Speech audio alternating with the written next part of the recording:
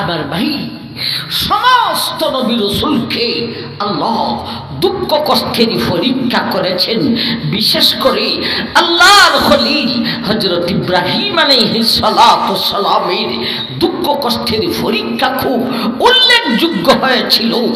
আমার ভাই, কেন পরীক্ষা করেছিলাম? মর্যাদা বাড়াইবার জন্য। এক আয়াতে আল্লাহ সেই কথাটা বলেন, وَإِذِ ابْتَلَى إِبْرَاهِيمَ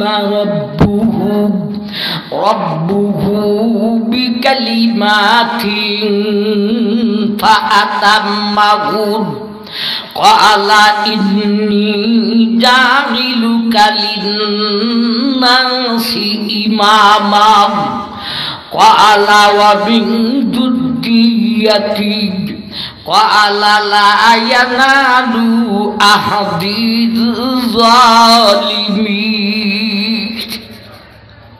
দুনিয়ার মানুষ, আমি আল্লাহ আমার ইব্রাহিম খলিলকে দুঃখ কষ্টের অনেকগুলি পরীক্ষা করেছিলাম। কেন করেছিলাম? আমার খলিলের মর্যাদা বাড়াইবার জন্য। আল্লাহর খলিলকে দুঃখ কষ্টের পরীক্ষা কি করেছিলেন সবটা বলতে হলে আবার ফজরের আজান পড়ব। একটা পরীক্ষার কথা বলি ভাই, আল্লাহর খলিলের জন্মস্থান ছিল ইরাকে। এক জীবন পর্যন্ত দাওয়াত দিলেন, ইমান দেশবাসী গ্রহণ করে নেই, মাত্র 2 জনে গ্রহণ করলো। তাও এই 2 জনের মধ্যে একজন হলেন আল্লাহর খলিলের বিবি সারা, আর একজন হলেন আল্লাহর খলিলের বাবা হযরত লূত। দেশবাসী ইমান তো গ্রহণই করে না, আবার আল্লাহর খলিলকে জীবনের জন্য শেষ করে দিবে এই প্রচেষ্টা করতেছে। এবারে একটা গর্ত খুদাই করছে অনেক গভীর। এই গর্তের মধ্যে আগুন জ্বালাইছে, দাউ দাউ করে জ্বলতেছে। আল্লাহর খলিলকে উলঙ্গ করে সেই আগুনের গর্তে নিক্ষেপ করে দিব। আমার মাইন, একটা মানুষকে ধরেন আমি ওই আপনার মধ্যে সবচাইতে দুর্বল হইব, আমারই ওই যদি একটা আগুনের গর্তে একদল মানুষে ফালাইয়া দিত, আমি কি বারবার ফুইরা যাইমু না 2-1 লইয়া ওই ফলবো? আমার ভাইজান, এখন এরার চিন্তা হলো আল্লাহ ইব্রাহিমকে যে আগুনের গর্তে হালাইতাম, আমরাও তো কয়েকজন পড়তে হবে। তাইলে এরা একটা বুদ্ধি করলো, আগুনের গর্তের পাশে একটা চক্রি বানাইল। চক্রিটার নিচে 3 জাতের রশি। ইব্রাহিমকে চক্রিতে উঠাইয়া একটা রশির ধরে টান দিছে, চক্রিটা উপরে উঠছে। আরেকটা চক্রি আছে, টান দিলে নিচে নামবে। আরেকটা রশি, এই চক্রির মধ্যে 3 জাতের রশি ছিল। আরেকটা রশি হলো বিপজ্জনক। ইব্রাহিম উপরে উঠার পরে ওই বিপজ্জনক রশি 2টা টান দিলে ইব্রাহিম এই চক্রি থেকে শূন্য স্থানে উড়া দিয়া আগুনের গর্তের একেবারে মধ্যখানে যাইয়া ফরিয়া যাইব। আমার ভাই, আল্লাহর খলিলকে উলঙ্গ করে চক্রিতে উঠাইছে, রশিদ 2টা টান দিছে, চক্রিটা উপরে উঠছে। এখন বিপজ্জনক রশির মধ্যে হাত লাগাইছে। একদলে কয় একটু সময় রাখো, শেষবারের মতো ইব্রাহিমকে জিজ্ঞাসা করি একটা কথা, কারণ এখন আমাদেরও মনের মধ্যে একটু ব্যথা লাগতেছে। লোকটা তো আমাদের দেশের অমুকের অমুক লাগে, তমুকের তমুক লাগে, এইভাবে আগুন দিয়া জ্বালাইতাম আমরা নিষেধাই খেই। উপরে ইব্রাহিমকে জিজ্ঞাসা করি, ইব্রাহিম এখন তুমি বলো, তুমি এখনো ইমানের দাওয়াত দিবে না ছাড়বে?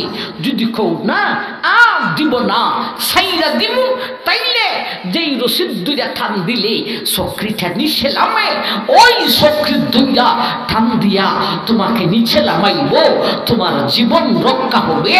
শুধু জীবন নয়, আমরা তোমাকে এই দেশের প্রধানমন্ত্রী বানিয়ে দিব। আর যদি বলো না, এখনো ইমানের দাওয়াত দিবে, বিপজ্জনক রশিদ দুইটা টানটা দিব, তুই নাইয়া আগুনের গর্তের মধ্যখানে পড়ে যাবে। ভাই, পরীক্ষাটা কি সাধারণ না অসাধারণ? অসাধারণ পরীক্ষা, জীবন মরণ পরীক্ষা। শুধু জীবন মরণ নয়, ইমানের দাওয়াত ছাড়তে পারলে প্রধানমন্ত্রীওয়ালা জীবন আর ইমানের দাওয়াত দিতে হলে আগুনে পোড়া মরণ। এমন কঠিন পরীক্ষায় আল্লাহর খলিল কি উত্তর দিলেন ইতিহাস ওয়ালায় লিখেছে। আল্লাহর খলিল বললেন, দুশ্মনের ধরেলা রে আমারে থুবরাগ, আগুনের গর্তে নিক্ষেপ কইরাগ, আগুন দিয়া জ্বালাইবার ভয় দেখাইতেছ। তোদের যদি মনে চায় আগুন দিয়া জ্বালাইতে পার, তোদের যদি মনে চায় আগুন দিয়া না জ্বালাইয়া আমাকে নামাইয়া করাত দিয়া দুই টুকরা করে দিবে, তাও করতে পারো। তোদের যদি মনে চায় আমাকে নামাইয়াগ, আমার বুকটাকে ছিড়িয়াগ, আমার কলিজাকে বাহির করিয়াগ, তোদের দাঁত দিয়া সাবাইয়াগ আমাদের জীবন, আমার জীবনটাকে নষ্ট করে দিবে। ও দুশ্মনের দল, যা মনে চায় তা করুক, যেমনে মারতে মনে চায় তেমনে মারুক। জানিয়া রাখুক, আমি আল্লাহর খলিল জীবনেও ইমানের দাওয়াত ছাড়ব না। ফাতাম্মাহুন ফাস না ফেল, ফাস মর্যাদা বাড়বে না কমবে? বাড়বে। কি মর্যাদা বাড়লো? এরা বিপজ্জনক রশিতে হাত লাগাইছে, এখন থাম দিবে। এমন মুহূর্তে গর্তের আগুন খেয়ে আল্লাহ ডাক দিলেন। আল্লাহর ডাকু কি আগুনে শুনে? আল্লাহ ডাক দিলেন, হে গর্তের অগ্নি রে, আমি আল্লাহ, আমি তোর মালিক, আমি তোর সৃষ্টিকর্তা। আমার একটা আদেশ শুন, আমার খলিল ওরা বিপজ্জনক রশিদ দুইরা থাম দিব এখনই। আমার খলিল শূন্যস্থানে আইসা তোমার কাছে পড়বে রে। হ্যাঁ আগুন, আমার খলিল শূন্যস্থানে আসিয়া তুমি আগুনের মধ্যে ফরার আগ মুহূর্তে আগুন রে, তুমি আর আগুন ঠাইকো না। তুমি আমি আল্লাহর আদেশে এয়ার কন্ডিশনিং বাতাস বনিয়া যাও। আর হে আগুনের গর্ত রে, তুমি আর আগুনের গর্ত ঠাইকো না, তুমি ফুলের বাগান হইয়া যাও। আমার ভাই, এরা বিপজ্জনক রশিদ দুইটা থাম দিছে। আল্লাহর খলিল ইয়া ফরছেন আগুনের মাথায় আসার আগে আগে আগুন হয়েছে এয়ার কন্ডিশন, গর্ত হয়েছে ফুলের ফাঁক, ফুলের বাগান। আমার ভাইজান, 7-8টা দুশ্মন, খুব বড় দুশ্মন। এটি গর্তের কাছে গেছে, নিচের দিকে মাথা ঢুকাইয়া ইব্রাহিমের সাথে কিছু কৌতুক করত। যেমন হইতো, ইব্রাহিম রে ইল্লাল্লাহ না, এখন কেমন মজা লাগে একটু দেখতো। এই কৌতুক করার জন্যে গর্তের পাশে আইসা নিচের দিকে মাথা দিয়া দেখে এখানে তো আগুন নাই, বরং এয়ার কন্ডিশনিং বাতাস। শুধু এয়ার কন্ডিশনিং বাতাস নয় রে, এত মজার, এত স্বাদের এয়ার কন্ডিশনিং বাতাস আমাদের ইরাক কেন পৃথিবীর বুকে কোথাও নাই রে। এইবার দেখে আগুনের গর্ত, ফুলের বাগান হয়েছে, এমন ফুলের পার্ক রে। ইরাক কেন পৃথিবীর মুখে এ জাতীয় ফুলের বাগান কোথাও না। আমার ভাই, আল্লাহর খলিল তো উলঙ্গ। ভাই, এরা 8-10 জনে কয়, তাইলে গবেষক আইনা গবেষণা করতে হবে, করলামটা কি, হইলটা কি। এরা গেছে গবেষকান্ত, এইখানেই তো অনেক গবেষকার দর্শক আছে। গবেষক আনতে বড় জোর 10-15 মিনিটের ব্যাপার। এরা গবেষক নিয়ে আসার আগে আগে এই 15-10 মিনিটের ভিতরে এখানে এই গর্তের ভিতরে ঘটনা আরেকটা গইটা গেছে। কি ঘটনা? আল্লাহর খলিলের মন খান বড় বেজার, চেহারা খান মনি।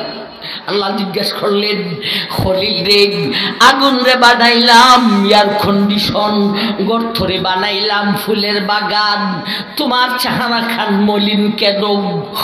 ও আমার খলিল, ও আমার খলিল, তোমার মন খান বেজার কেন?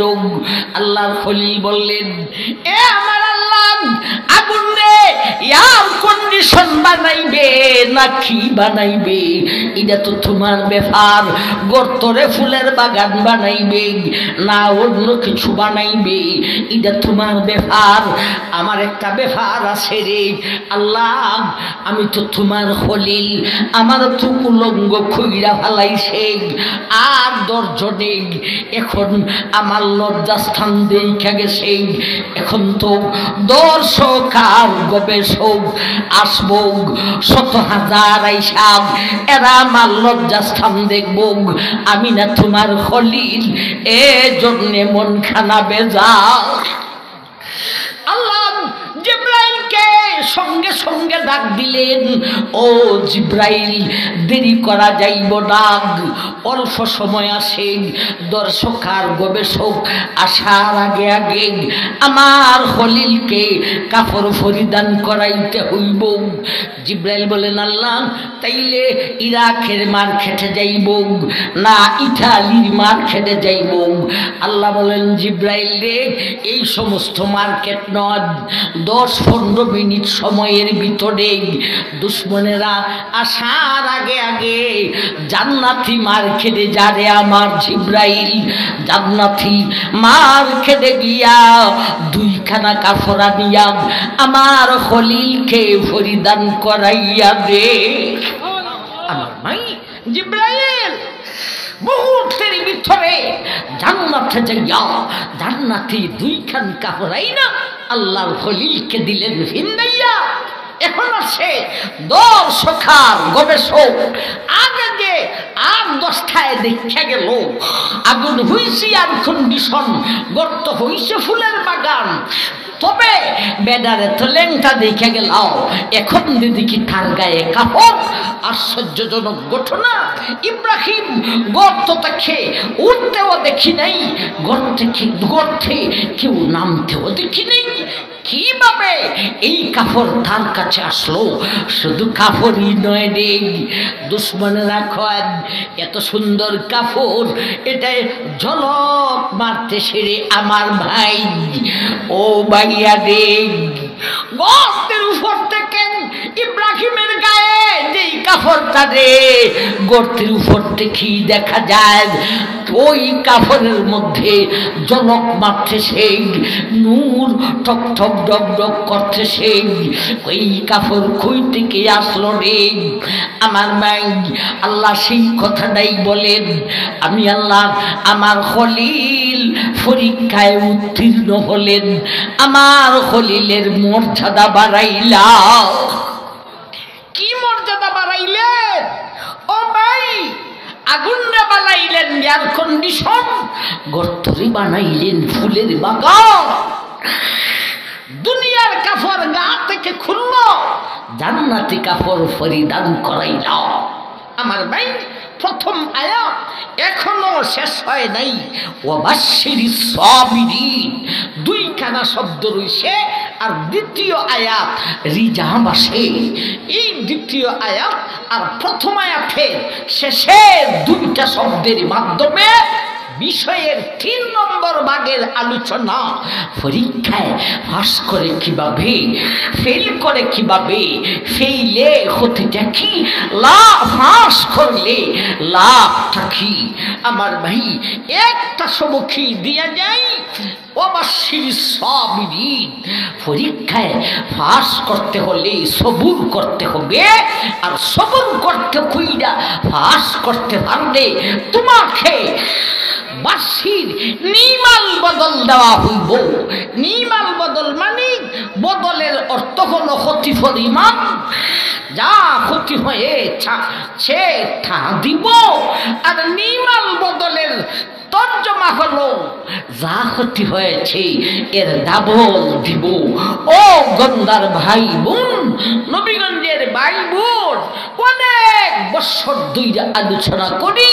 আজকের আলোচনার সবক হলো দুঃখ কষ্ট পাও, আল্লাহর দরবারে সবুর করো, তাইলে তোমার ক্ষতি হয়েছে যা এর চাইতে আল্লাহ তোমাকে ডাবল দিব।